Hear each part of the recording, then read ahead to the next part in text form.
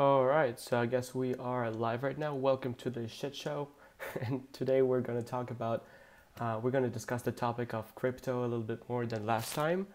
And also we are going to, I'm going to show you some of the stuff that I'm working on. I make music just for fun, electronic music. And I'm just going to show to you guys for those of you who are interested. Some of the tracks that I'm working on right now, they're actually over here, as you can see. So let me just finish writing this welcome thing for the moment. And so let's see, do you actually get those cards that I have created? I have created like a poll, but this time not on my Facebook page, but right here on the live stream. I'm just going to check whether this has worked or not. Alright, so any poll here that I can see? Nope, not that I see anything. Alright, doesn't matter right now. So right now the first thing I actually want to do is, so let's just put this over here. And I want to make my previous live stream unlisted. That's it. This is because I actually want to make sure I don't end up having like all those videos, all those live streams as my latest videos on my channel. So we're gonna just make this unlisted right now here in the settings. All right, so public unlisted, and the only way you can access this is through the link under this live stream. So it's just going to be like a chain, you know, in my next live stream, the only way you'll be able to access this one is also going to be through the link in the description. So once we have done that, okay, cool. So let me just check real quick. Oh yeah, I forgot to share this also before I start rambling about different stuff. So events, let's go into here. Oh yeah, actually stream now, and I think I saw a tab right there. Okay, cool. Yes, this is that. And we have analytics over here. All right, so let's go ahead and share this live stream. So let me just do this. This is the watch page. Okay, take that, and we're gonna pull up my Facebook and write a post to tell any of the people who want to watch this. Join me to discuss crypto. All right, perfect. Publish. Twitter.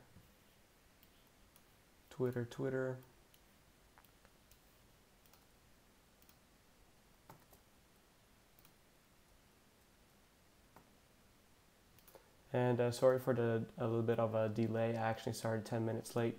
That's because I realized at the last moment then that streaming my music straight from the software where I actually produce it doesn't really work because it lags. Like my CPU can't actually handle having two screens at the same time, plus the streaming, plus you know, like outputting music in the WAV original format. So I had to export all of the music over here, as you can see. So all right, let's close the Twitter.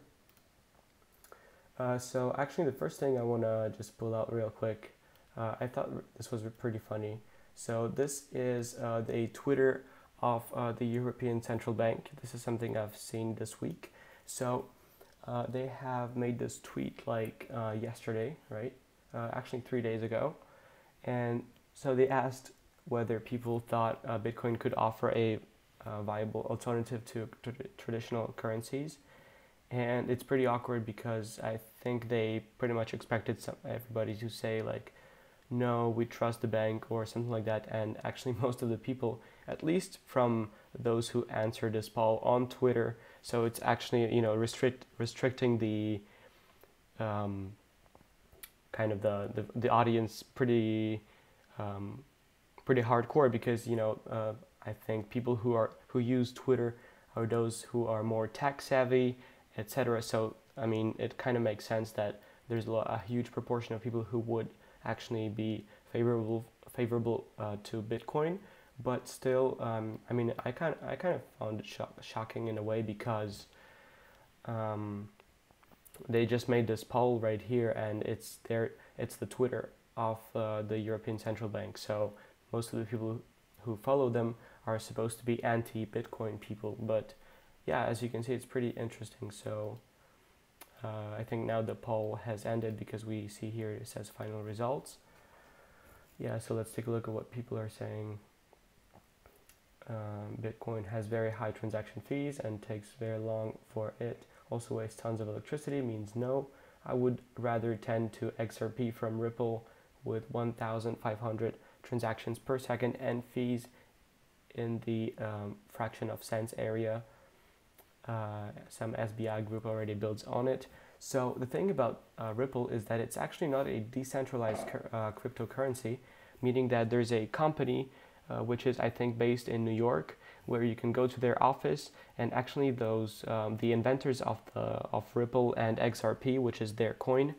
Ripple is actually just a protocol. It's like email is a protocol, and you just you use you send emails. So Ripple is a protocol, and XRP is their coins. So you can think of it as like, I don't know, like email usernames or emails, but like Ripple is not equal to the Ripple coin. It's actually a corporation, a protocol, but their coin is just something they invent. Like they're trying to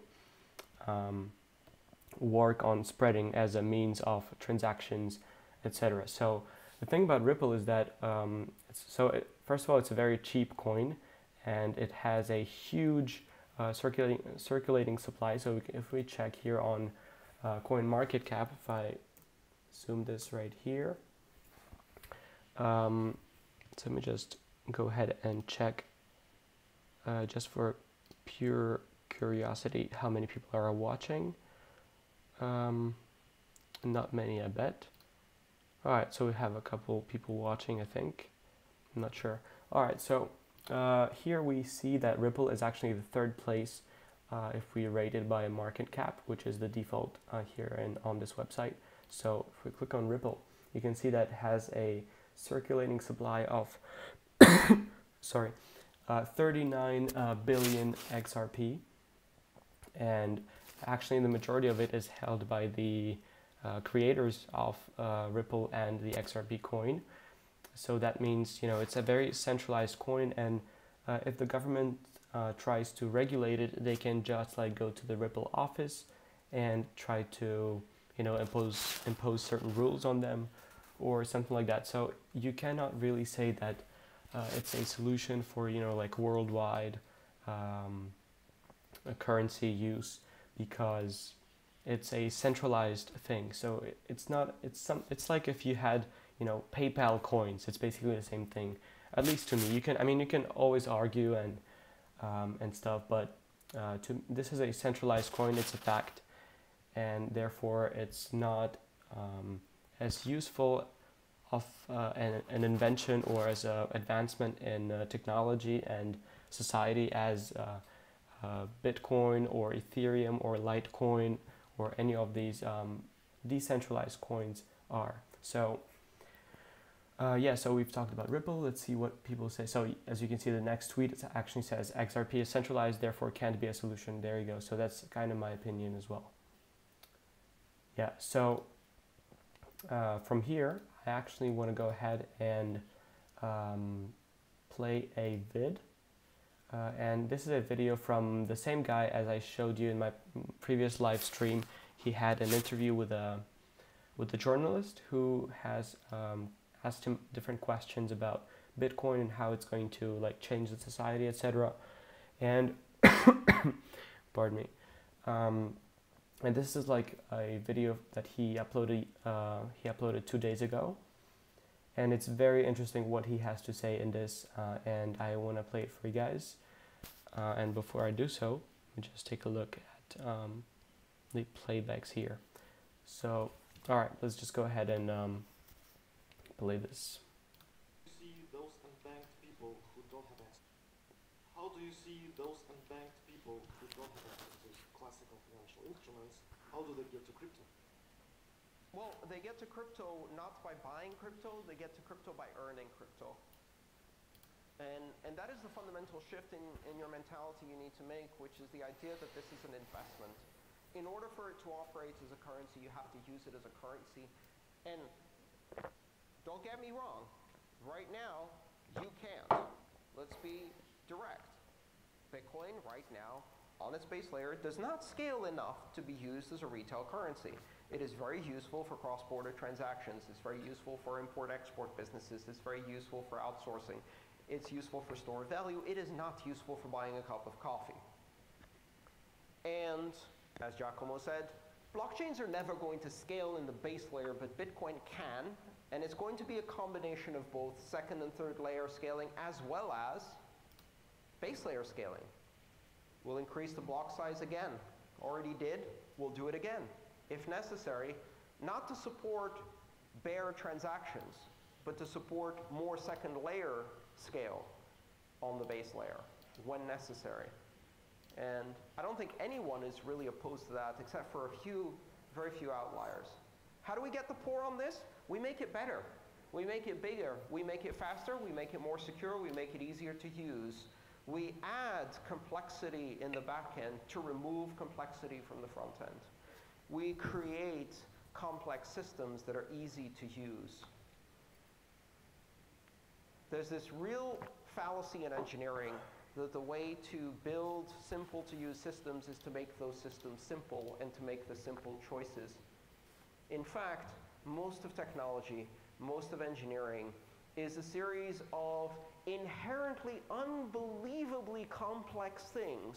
Most, but not all, though. Each of which took decades to build, each of which was unimaginable at first, each of which required people to overcome this unthinkable nature of the complexity to build entirely new sciences, professions, disciplines.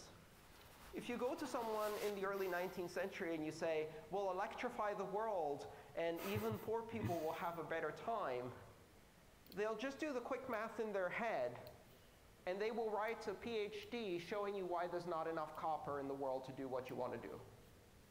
Why there's not the possibility of creating enough electrical energy, why you cannot distribute it, why the infrastructure upgrade is unthinkable. If you introduce to someone the concept of an automobile, and you say, well, in order to make this happen, we just need to redesign every city in the world and repave all of the roads, all 7 billion miles of them. Don't worry, we'll do it in 40 years. That's not going to happen. That's ridiculous. Can you imagine the amount of money that would take? And this internal combustion engine, there's all of these bits that move up and down, and it's electrical and chemical at the same time. Look, horses are simple. Eat hay, poop. I don't know why you want to do this heavy engineering lift to bring this technology. Complex technology can create simple solutions. And in the background, it's unimaginably complex. Most people don't understand how it works. That's okay. That's what specialization is all about. I was at the Internet conference in Stockholm last week.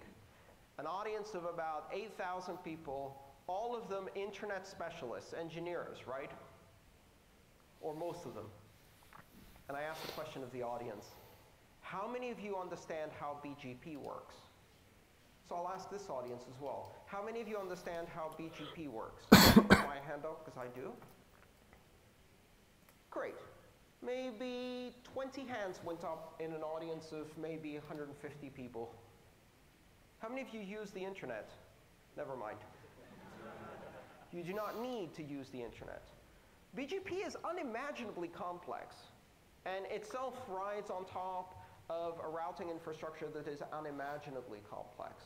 And there are lots of people who love that and work in that day in, day out. There's someone out there who is tweaking BGP routing tables every hour of every day of their life, and they just love it, and I'm thankful they're doing it so I don't have to. The bottom line is that we will scale, and it will be unimaginably complex. And if you try to read the Lightning paper or Drive Chain paper or Mimblewimble or Sidechains or any of these papers, like me, you read it 3 times, understand 10% of it. That's if you have a master's degree in computer science. And then you ask the creators to explain it to you so you can put it in your book. Okay, that may be a rather narrow example, but that's what happened to me. I don't need to understand it in order for it to work. And the way we get to poor people is through a relentless process of optimization and scaling that will take decades, that will gradually take the cost of a transaction to the marginal cost of 0. And it will take the capacity of this network to billions of real peer-to-peer, trustless, private, confidential transactions per second. And if they're not private and confidential, I don't want them.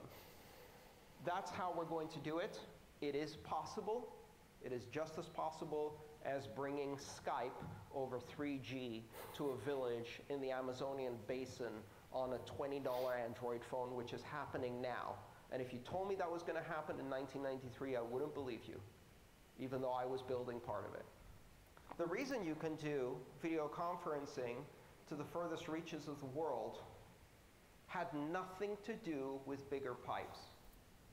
It had everything to do with 2 inventions that came out of a small German research institute called the Fraunhofer Institute of Technology, which invented MP3 and perceptual lossy compression in the mid-90s. We didn't make the pipes bigger. We made the videos smaller, much, much smaller. So that gives you an idea of where I stand on the scaling debate. Yes, we have to make the pipes a bit bigger, but we have to make the data a hell of a lot smaller, and there's a lot of smart people working on that. We haven't even scratched the surface yet. I'm not ready to give up. Right. So I'm gonna go ahead and say the following thing. So first of all, of course, I'm not like a financial advisor or anything, and I don't have enough experience to make like predictions on Bitcoin price or whatever. What I do want to say is that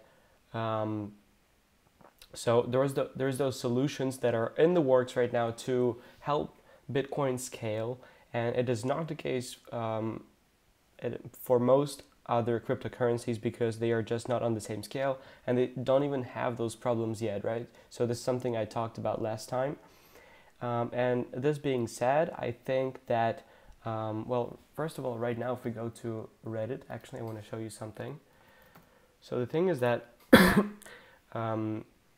literally for the past 2 weeks, we have been seeing a huge increase in Lightning Network nodes. Lightning Network is one of the 2 solutions to scale Bitcoin.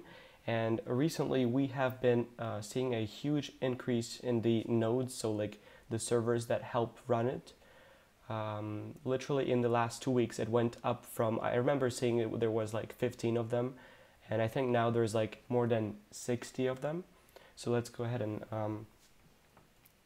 zoom this for you guys so you can see better, but I'm pretty sure we can find it somewhere on the first page how many nodes are there right now. So let's see. Lightning Network is happening.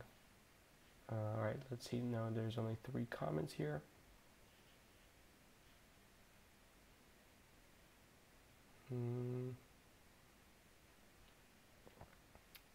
Let's see now. Next.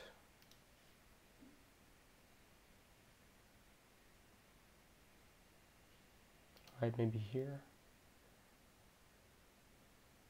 Oh yeah, somebody is actually saying, so you can check out a graphical representation. Okay, all right, perfect. So we're gonna go ahead and see this.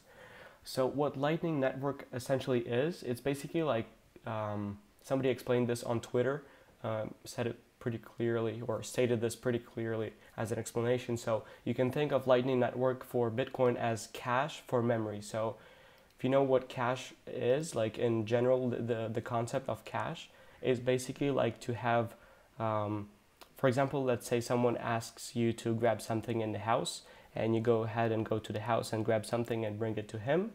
And then he's like saying, all right, so can you now grab something else in the house?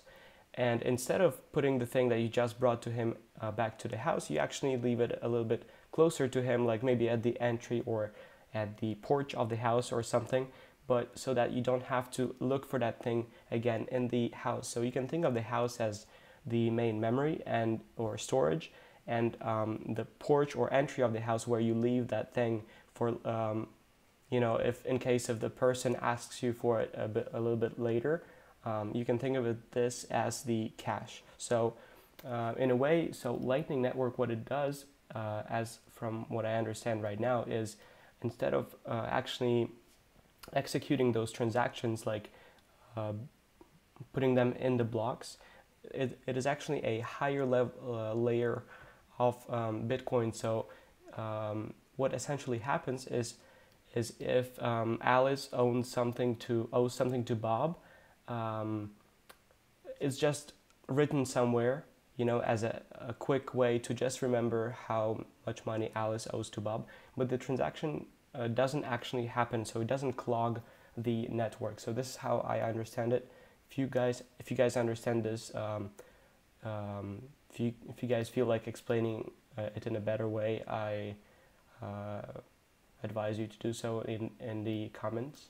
So alright, so here you can see how many nodes there is. So right now there's 96 nodes as written in the left bottom corner.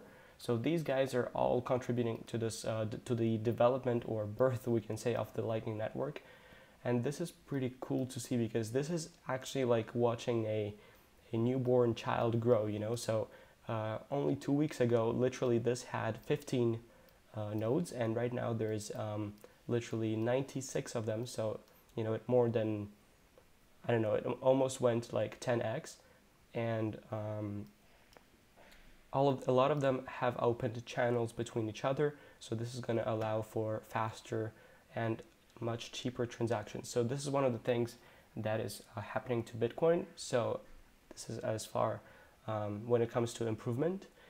And so what I wanted to say originally is, I'm not a financial advisor, but I think when this Lightning Network starts to work, the fees are going to go exponentially down, or I don't know if it's going to be exponentially, or they're just going to gradually decrease a little bit. But what I do know is that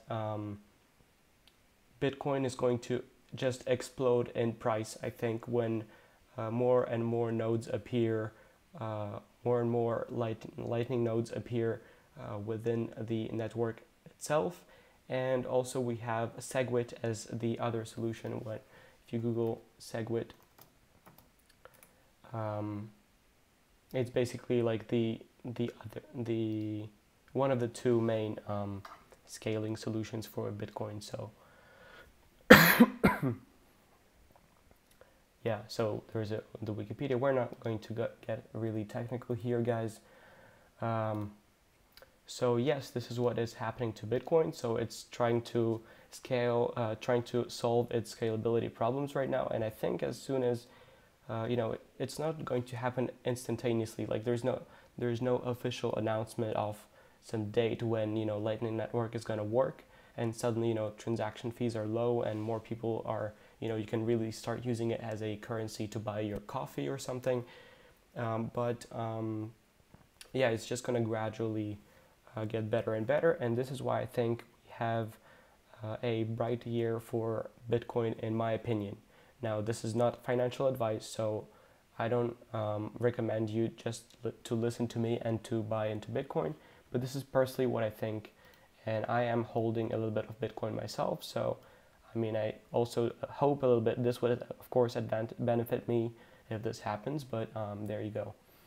Now, something else that I wanted to show you is this video over here of John McAfee responding to this journalist over here at Infowars.com. And if you don't know who John McAfee is basically, he is actually a very famous person within the cybersecurity world, because he is actually the inventor of the first antivirus enterprise. And so the software is called McAfee, like as his family name.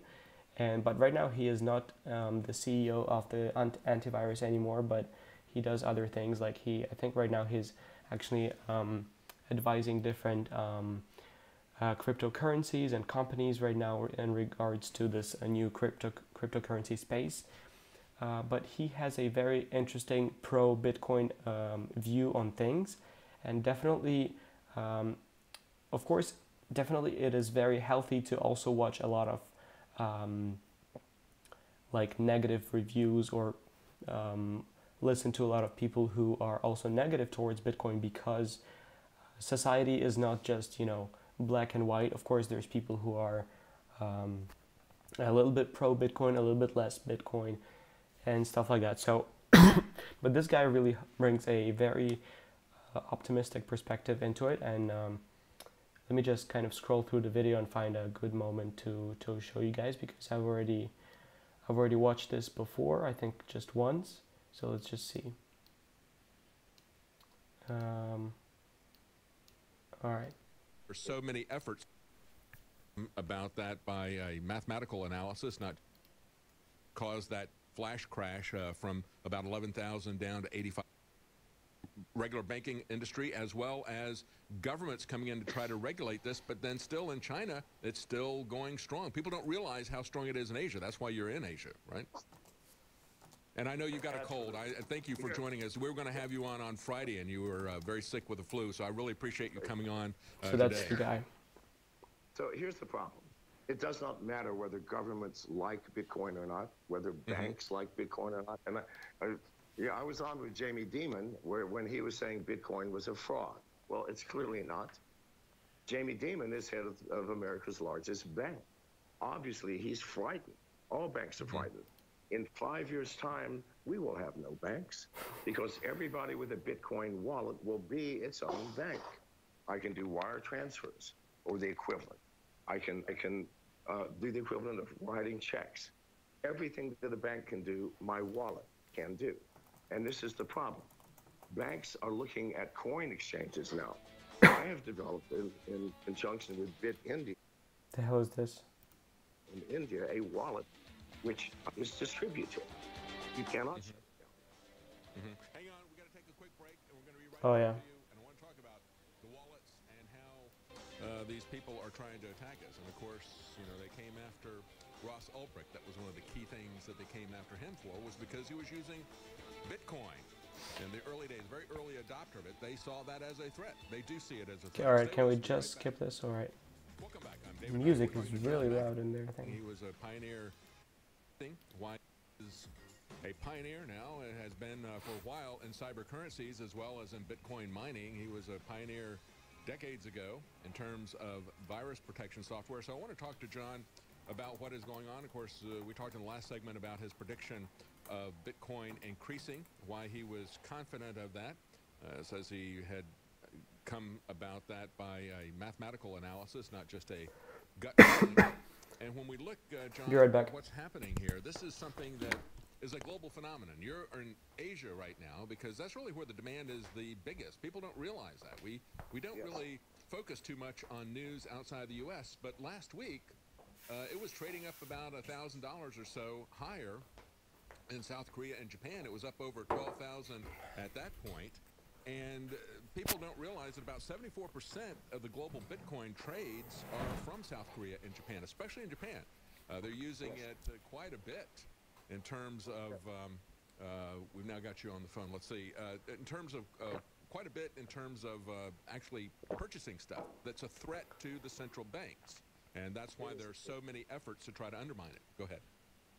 Yeah, so in September, I was supposed to give a talk in Beijing at BitCan, one of the largest... So let me just tell you guys, this video is from 1 month ago. So this is around the time when Bitcoin actually increased in price pretty significantly. Right now it's a little bit down, but this is still pretty current, a current discussion, like a pretty relevant discussion for this time around. Bitcoin conferences. The week before, China shut down the exchanges and made ICOs illegal, which was the topic of my talk. Had I shown up, I would have been arrested. The entire conference was moved to Hong Kong. Oddly enough, every keynote speaker that was to speak at that conference showed up in Hong Kong, and almost everybody who had registered. That shows the dedication. But let me get back to what we were discussing earlier. There's nothing that governments can do to shut down Bitcoin. Now, they could stop me from showing up in Beijing. I'm a human being. They could stop me at the airport and arrest me. They cannot stop and did not stop trading in Bitcoin or any other cryptocurrency. It is impossible for a government to stop a distributed system like Bitcoin. And now that's right. It actually went up, didn't it, in terms of the amount of Chinese yen buying a Bitcoin? It went up from 5 to, I think, to 20%. Then it went back down to like 13%. But it actually is still 2 or 3 times what it was before they prohibited what it. it was before. So prohibition requires enforcement. How do you enforce people not using Bitcoin? That's a good point. You would have to have an agent for every citizen within your country. They would have to come into your house and monitor your computer usage 24 hours a day. It is not possible. You cannot enforce any of these bans, and this is what governments do not understand. Banks are more terrified than governments. Governments are going to lose revenue if they're taxing income. Banks are going to lose their entire business because a wallet is a bank. End of story. So do you see End the of story. banks trying to offer, and this is what a lot of people talk about, we see Venezuela is coming out and saying that they're going to offer a cryptocurrency. Interesting enough, because in Venezuela, they're one of these states like Zimbabwe and others where people are trying to flee the country with their capital. That's been one of the things that's so attractive about something like Bitcoin. And so now they're trying to come out and say, we're going to run a cryptocurrency for people. I think that's too little too late for Venezuela. But other countries have talked about going into competition with Bitcoin, like China and Russia as well. Yes, but you cannot, because these cryptocurrencies that governments are offering are centralized. It's just like things are now. They have central control. They can control the price. They can control fluctuations. They can control interest rates. No, Bitcoin is not centralized. It belongs to the people. It has taken power away from centralized governments and banks and given that power to the people. When a government issues its own cryptocurrency, they're missing the point. They're simply taking that power back. Are you going to accept that? I'm not. Go ahead and issue a cryptocurrency in America, England. I don't care. I'm not going to use it. I'm going to continue to use Bitcoin. This guy. And then when you look at efforts like China and now being reported, UK, as a matter of fact, last week, some reporter pitched out a question to President Trump. What about Bitcoin? Well, we got Homeland Security looking into it. If China, if the United States, if the UK try to put restrictions on people taking money in and out, we still have places like Japan that are going to, or Switzerland, that are going to run into this and say, embrace it, and people will still be able to get their money in and out through those currencies, wouldn't they? If they wanted to. Absolutely. And again, the exchanges are now moving to distributed wallets. There is no more central exchange in the new paradigm of Bitcoin. Exchanges, you will be part of a distributed exchange. If someone shuts you down, it's not going to shut the exchange down because the exchange is spread across millions of nodes. And let me just take a break here and say that he's talking about decentralized exchanges, and this is not something that's going to be like developed in the future. I already have one on my computer, so this is already working. The thing about them which is bad though is that there's not so many people on them, because what's the point if for now you can just use decentralized exchanges.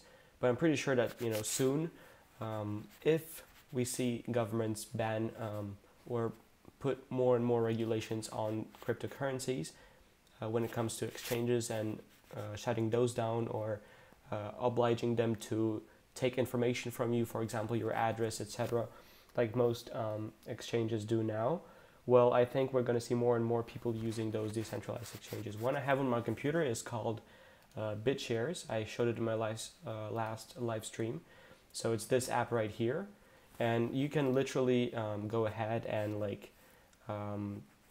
start trading right from here. So it's you don't. It's like torrent. You know, nobody owns the file, and it just works by gossip between pairs of individuals on the network. So yeah, so this is a decentralized exchange. Right now there's like dozens of them. So yeah, but this works, and this is decentralized, and there's not a single place on earth where you can go and shut something down and this is not going to work anymore. Even the code that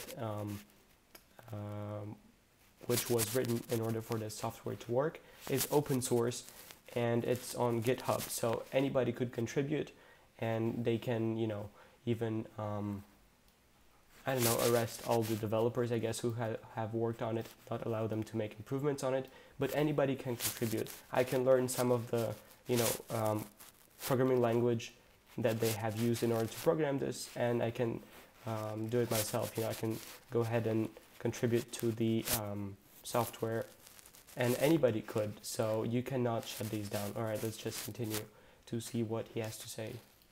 Millions of users, millions of wallets. So there's nothing technologically, legally, legislatively that can be done to stop or even impede the growth of Bitcoin and other cryptocurrencies. Now, you're talking about a distributed wallet. That's something that many of us don't know about, including myself. Tell us a little bit about a distributed wallet, and how does that compare to, like, say, a hardware wallet where the keys and everything reside on a separate device? When I say distributed, I mean wallets that are including a distributed exchange.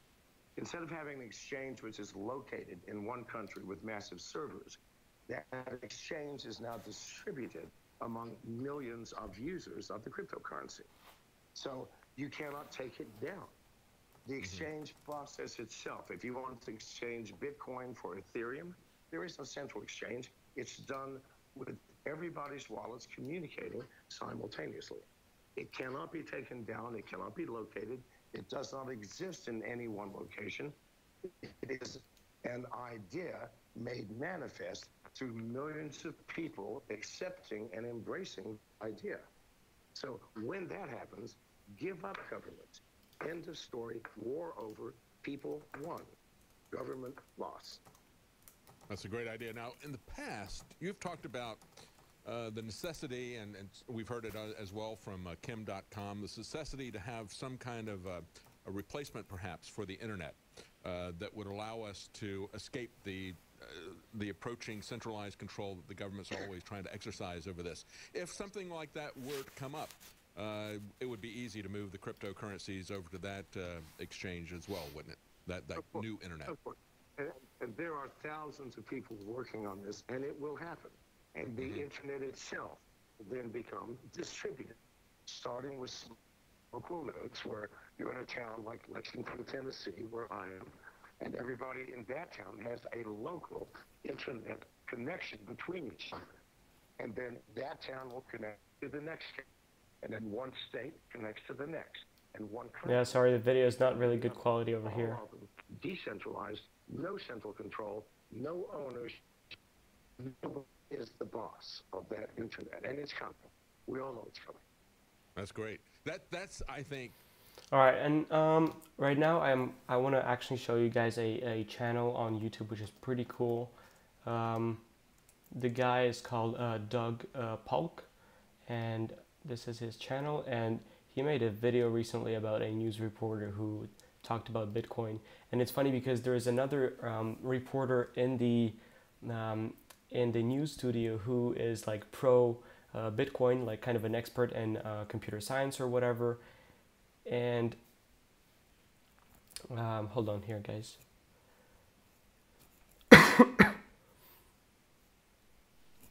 And yeah, so this guy is talking about this kind of what's up, guys? Doug Polk here. Oops, sorry. So, and this guy is gonna like cover this kind of thing. So this interview, if you want. So it's pretty funny. Just watch. What's up, guys? Doug Polk here, and today we're gonna be taking a look at a clip that's been getting a little traction from CNBC's Fast Money. Now that America has seen the dark side of crypto, is a sell-off signaling more pain to come.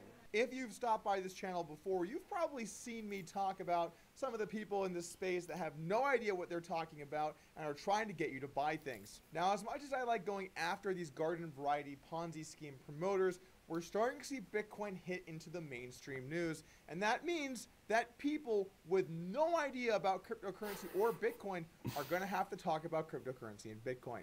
What is Bitcoin? How can I on this TV show possibly explain this abstract currency? Bitcoin, for those who don't know, is an electronic online currency. That's right, the mainstream media is moving in. Whether you love them or hate them, everybody hates them. But where there are views, there's profit. And let's look at what this newscaster, Rich Ross, has to say about what's going on with Bitcoin and Ethereum. Crypto Research has our next guest looking at some key levels to watch for two cryptocurrencies in particular. So let's go off the charts with the one and only Rich Ross of Evercore ISI. He's over at the Plasma to break it down. Hey, Rich. Hi, Melissa. Look, once bitten, twice shy. There's only one number that matters in Bitcoin. I'm going to show you what it is here.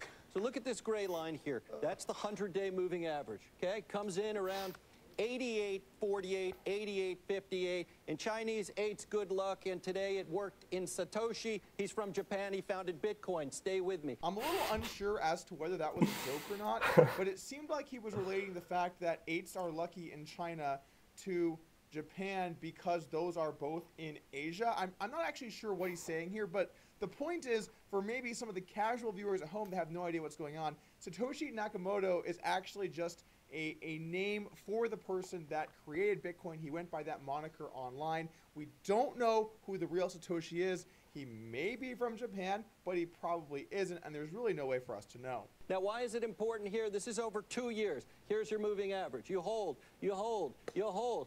I don't know if it holds. It probably doesn't hold, but it's good for a bounce off these levels. Keep in mind, this doesn't look like much on the chart given the magnitude of the move. We're looking at a log scale chart. Once again, you can Google it, look it up. What are the chances that when we went back and looked at all of the data on Bitcoin until we found a line that fit the data, that data fit the line? That can't be coincidence. Dropping some knowledge bombs on Bitcoin. Let's see what's going on with Ethereum. Look, let's take a look at the Ether. Hunter S. Thompson here. Okay, here's the purple line. Done a little bit better. It's only been trading for about 6 months publicly. We're finally getting into some details that might help out investors at home know what's going on. You know, Ethereum's new, guys. It hasn't been traded for more than 6 months, except for the fact that it's been trading for 2 years. You kind of test and hold here today, but once again, you're not going to sleep well at night with the warm blanket of the 50-day as your security, given something that has a 45% intraday range like we saw today. That's ludicrous. So there's your Bitcoin, there's your Ethereum. There's some levels to watch, but once again, let's not overplay it, either the technicals or the fundamentals, whatever those might be, as it pertains to the cryptocurrencies. To give some credit where credit is due, a 45% drop in a day is ludicrous.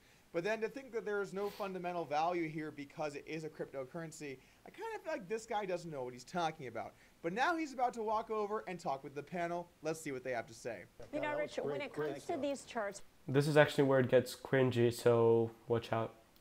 Strikes me is that it feels like this recent move higher has been fueled in large part by so-called weak hands. Before we continue this video, I just want to take a moment and address this headline, because it hurts all of us, some more than others. Bitcoin's month of hell. I'm not gonna lie, guys, it's been bad. It's been bad. You know, we knew that it could come crumbling back down to earth. Risk we all knew, we accepted it. Oh God. It feels more real when I look on CNBC as they talk about this month from hell. What am I gonna do? To be totally fair, if they're not talking about this calendar month, but rather the last 30 days or so, then Bitcoin has seen a drop of 35 to 40% of its value. While this was not a good month by any stretch, this has certainly happened in the past. In fact, there was a month where Bitcoin lost 80% of its value a few years ago, back in 2013. I also feel this title strongly implies they are talking about January, and so it's a bit misleading if they're talking about the last 30-day period. But either way, I do understand that, especially compared to traditional markets, this is a very large dip. There's no doubt about that, and that's one of the things that makes cryptocurrency risky. But to call it month of hell when it's down 2K this month seems a bit much. Well, look, there's weak hands in stocks, and then there's what we just showed on the charts, which is almost like tiny little baby hands. You know, I think the average age of the Bitcoin trader on the Coinbase app, from what I hear anecdotally, is closer to 13 than it is to 45. So I'd like to quote Mark Twain. There are lies, damned lies, and statistics. For the sake of argument, let's say that the average Coinbase user is 28 years old, which would be slightly under the average of 45 and 13. Why on earth would you ever word it like that? Where are 13-year-olds and what do they have to do with anything? Thinking about this evidence, which is anecdotal, of course, from what I hear anecdotally, I would say that Rich Ross knows way closer to absolutely nothing than everything in the world. Much closer to nothing. Satoshi, he's from Japan. He founded Bitcoin. It's only been trading for about 6 months, and you can Google it, look it up. I know his analogy there was bad, but the one that he makes next is truly remarkable. Let's not even compare this to stocks for a second. What bothers me is that we're staring at the greatest bull market in the last 20 years, where you can double your money in like one of the world's best industrial companies, like a Boeing, which you're sort of pillaring here for no good reason, up over 200% in 2 years. In 2 years. And we're talking about this thing here that's lost 50% of its value in a month. So if you have a choice, pile A is stocks, which are like awesome, and pile B is sort of a pile. You're going to compare 2 years of Boeing Sort of a pile. to the current day for Bitcoin, which is its worst day in a very long time. And that's your method for analysis? Okay, let's go ahead and do the same thing the other way. You've got Bitcoin, which including forks is up 3,100% in the last 2 years. And then you've got Boeing, which lost 3% today. I mean, why are we talking about this thing? Looking up the data for both of these, Boeing has gone up 220% over 2 years, and Bitcoin has gone up 3,100% over 2 years. I wonder why no one's willing to talk about that story. I like pile A. There's a lot to like about stocks. So you think crypto is a pile of something not good? Our talking head makes a few other great points, and now we move over to a discussion that develops with him and another member of the panel. All right, and this is where it gets cringy finally. People looking for a shortcut that are gambling. If the government wants to crack down on crypto, they can legalize football betting. Some of the smartest people in finance, in technology, in investing, they're fascinated by this stuff. They're fascinated by cryptography. They're fascinated by the blockchain. You talk about fundamentals of these things. They don't have any cash flows or this and that, whatever. You could have seen the same thing about Web 1.0 and some pretty big winners, okay? So right now, Bitcoin just happens to be the best use case for blockchain technology. And some of the smartest people in the world are convinced that this is going to be the next big thing the way the internet was. This guy's name is Dan Nathan, and he does bring up some compelling points that many brilliant people believe in it. I would like to see his argument be a little more focused on the utility that it provides people and being able to decentralize transactions, and focus maybe a little more on that side of things. But he decided to talk about other respectable people that do like it, which is fine. Those things are true, and all of the points that he made are valid. This is where things start to go off the rails for him, though. So I just think it's a little glib to come on here and say, say things like, if you want doubles by Boeing, Boeing's had $93 billion in sales in the last 5 years, and now they've become a lot more profitable. Look, you guys like it when we fight, so let's fight for a little bit. I was there for Web 1.0. I watched Amazon go from 1 to 1,000 and back to 1 before it went to 1,000 again. Yeah, you idiots. I saw Amazon go from $1 to 1,000 to $1 to 1,000. Who's laughing now if you owned Amazon? Wait, shit. I think Dan got a little too far away from trying to focus on what's happening with cryptocurrencies, the cases for it, and talking about why it's still a good opportunity. Personally, I think it's a great opportunity, despite not being an official financial advisor, to buy at this point. But instead, he got a little sidetracked on if he had said things in the past that didn't come to fruition. You haven't like Trump. The market soared, and take politics aside, you've been wrong. So don't say that I'm glib. It's right or wrong. It's not about glib or serious. I think Dan's done a good, listen, Dan's outspoken in many things, but Dan's helped some good trades. Absolutely. Look, you just can't time the market. You can't just always know when to get in and get out. And you might think you're brilliant, and it might look great when you do run hot, but then the times come where you didn't see something coming, and it does fall. These things happen, and there's not really that much you can do to avoid it unless you have good sources of inside information. Now, you can't even do that in the stock market. That's illegal. In cryptocurrency, unfortunately, because it's so unregulated, we see a lot of people making moves with inside information because it's not illegal. But the point remains, you're not going to be able to just time the market all the time, and you should avoid trying to do that. Guys, we're good. We got we got the chartist here. He's got his stick, and it's fantastic, pal. Oh shit! Did he just say that? Oh, got him. What up? Yeah, fuck him up, Dan. You really got him, dude. Whoo, whoo. Whew, let's get a replay on that. We got the chartist here. He's got his stick, and it's fantastic, pal. This guy knows how to throw punches. He was just like, oh yeah, oh yeah. Well, it is what it is. Don't come on here and tell me I've been. You don't know what I've done. You don't know what my call is. Okay, so go piss off. Seriously. Oh, okay. Well, tell me what's the call now. Buy Bitcoin. Say buy Bitcoin. Dude, seriously. Why are you, dude? Say buy Bitcoin. Say buy Bitcoin. Okay, a tough moment here on Fast Money. We're gonna leave it there. The answer is buy. What is stop it. I'm not really sure what took Dan so much to respond here. Look, man, like if you believe in it and it's dropped a lot, probably a good opportunity to buy. But I've got to give some credit to Rich Ross for his just absolute smackdown here at the end. Well, tell me what's the call now. Dude, seriously. When your opponent's at a point where all they can say is dude seriously repeatedly, you probably won that argument. The thing is, though, he didn't really win this argument because his points don't make sense. He didn't know what he was talking about when it came to these things. He doesn't understand them. He doesn't know what's going on, and he really loves stocks. I understand stocks are great. I have some stocks. Everyone should probably have part of their portfolio in stocks or bonds or anything like that that allows you to have less risk than just the extreme amount of volatility there is in cryptocurrency. I'm with that stuff. But the thing is, if you don't understand what you're talking about and you don't understand the technology, or you don't even maybe really even care about the technology, you're just going to stand up and basically say bad things about it without understanding it, then you're doing yourself a disservice as well as the people watching a disservice to understand what's going to be happening in the future. It worries me that when people see this on TV, they're going to think, oh wow, I should buy Boeing because Bitcoin's really risky and this guy said that I shouldn't buy it. It's also part of a bigger problem, which is our society is not putting enough value on facts. Facts matter. Comparing things using the same metrics matters. Looking at things in an unbiased way matters. You know, these things are getting lost on us. It's just like, let's figure out sayings that we can say that sound the most possibly ridiculous so that we can make our opponents look bad. Did you know the average CNBC viewer's net worth is much closer to negative 100,000 than 50 million? It makes you think, doesn't it? It makes you think. Also, did you know that BitConnect went up 300% today, but Bitcoin's gone down over the last month? What does that say? You can frame things however you want to, but when it comes to finance and investing, make sure what you're looking at are facts. Thank you for joining me for today's...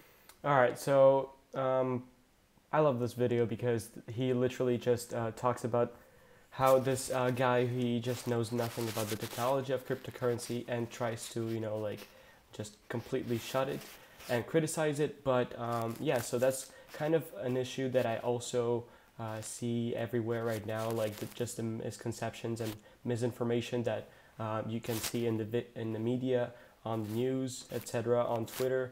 And I'm just gonna try to, like, whenever I'm done with my bachelor diploma in June/July, I'm gonna be making, starting to reboot this channel with videos which actually are more about the technology rather than just, you know, Apple products or any kinds of gadgets or tech news, because I think it's really important nowadays to bring up the real facts and explaining what the blockchain and all kinds of new emerging technologies are and how they work, just because it's really important for the average person to understand what's going on and not just criticizing the new technologies blindly.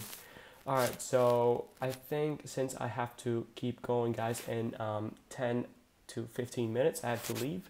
So right now we're gonna switch back to I want to share with you guys a couple of tracks that I've been working on. So if you're interested, you can stay with me and listen to them. And if you're not, then go ahead and feel free to go back to your daily stuff, because I can understand that time is valuable.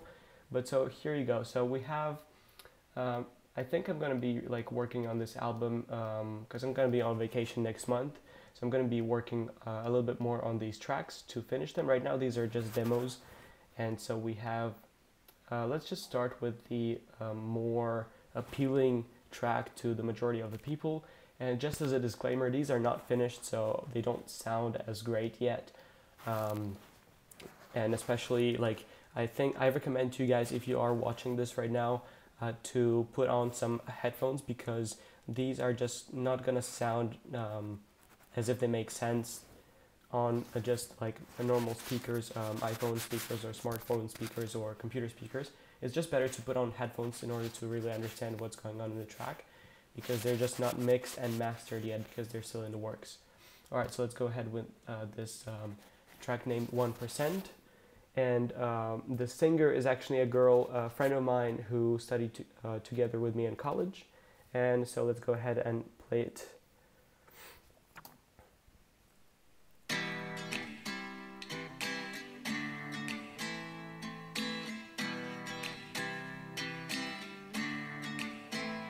Is it you or is it me? I feel my fingertips melting. Can't resist but can't keep up my phone. Sadly says I only have 1% to meet ya.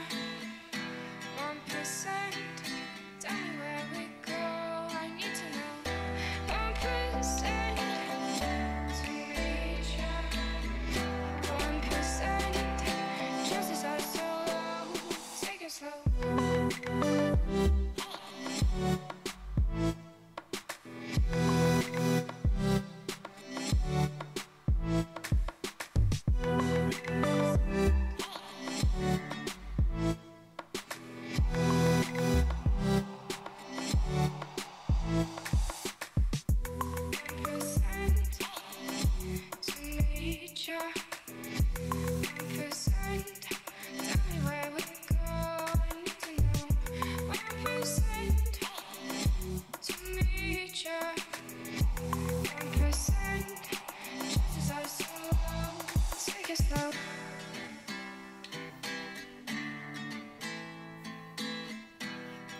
Alright, so this is kind of the most appealing track, because if I'm releasing an album, and I think I am, this track is basically going to be like the commercial track out of the whole album, the more appealing towards the majority of the people who are going to listen to my tracks. And so the next ones, so actually this girl is pretty cool and she's really talented. Her name is Ala, and she also made a cover of the Cranberries song Zombies, so pardon me, Zombie, and just take a look out. I'm just going to play like 5 seconds of it, and it's pretty amazing. I actually worked on mixing this.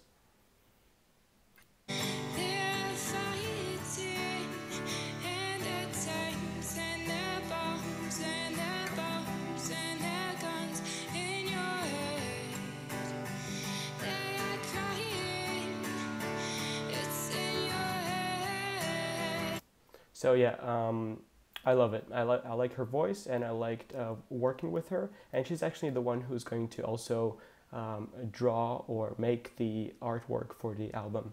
So let's move on to this melodic. Actually, let's play the.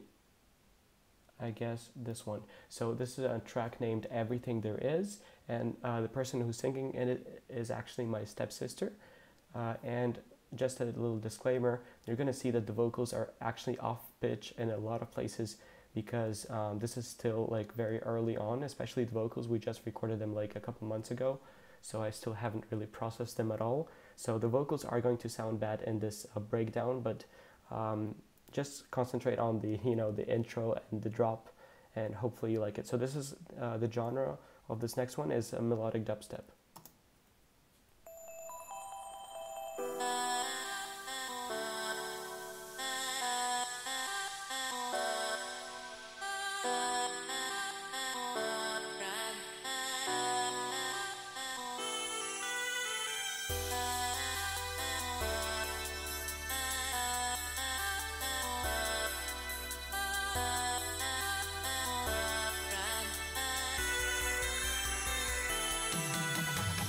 You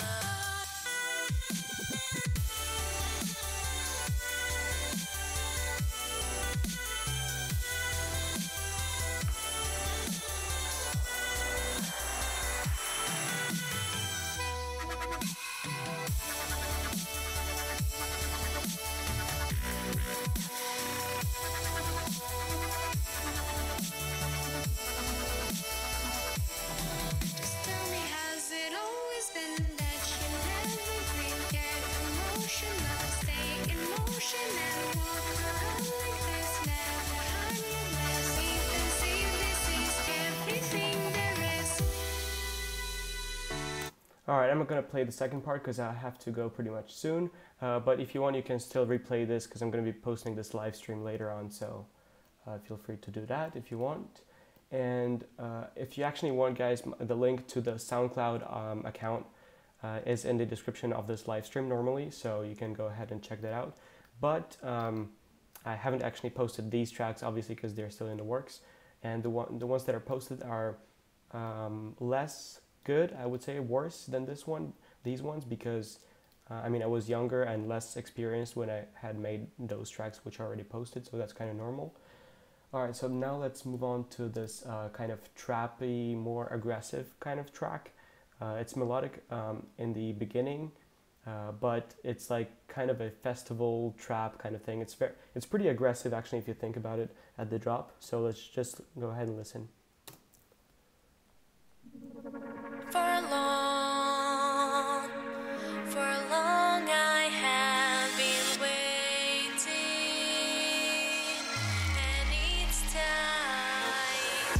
Don't worry, I'm not living without you. It would be a crime. Yeah.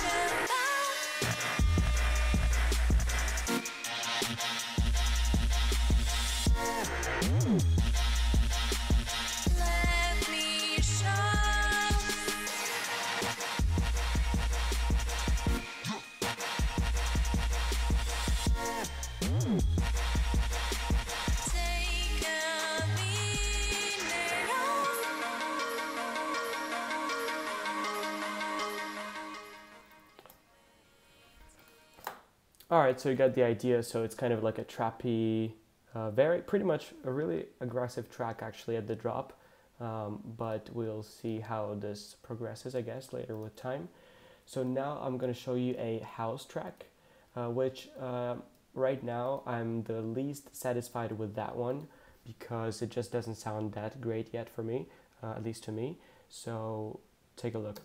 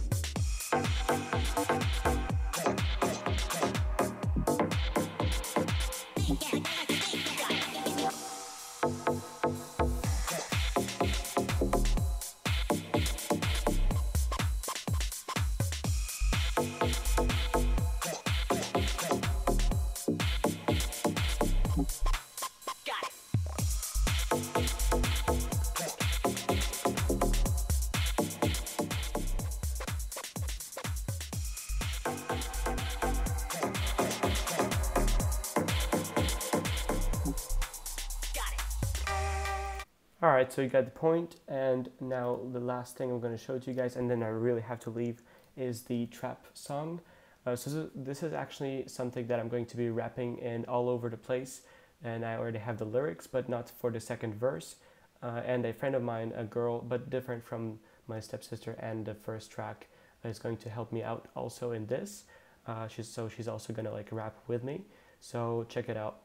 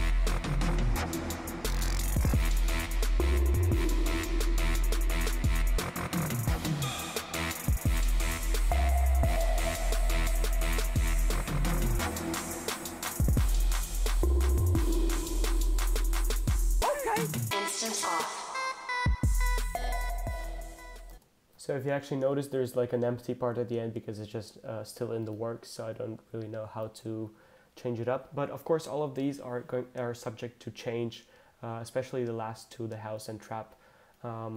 So yeah, hopefully you guys enjoyed this live stream, and I'm going to be studying for the exams now because I have one on Thursday and one on Friday, and probably the next live stream I'm going to do it next Saturday or Sunday. So I will see you then. And hopefully guys you enjoyed this, and thanks for watching, and peace out.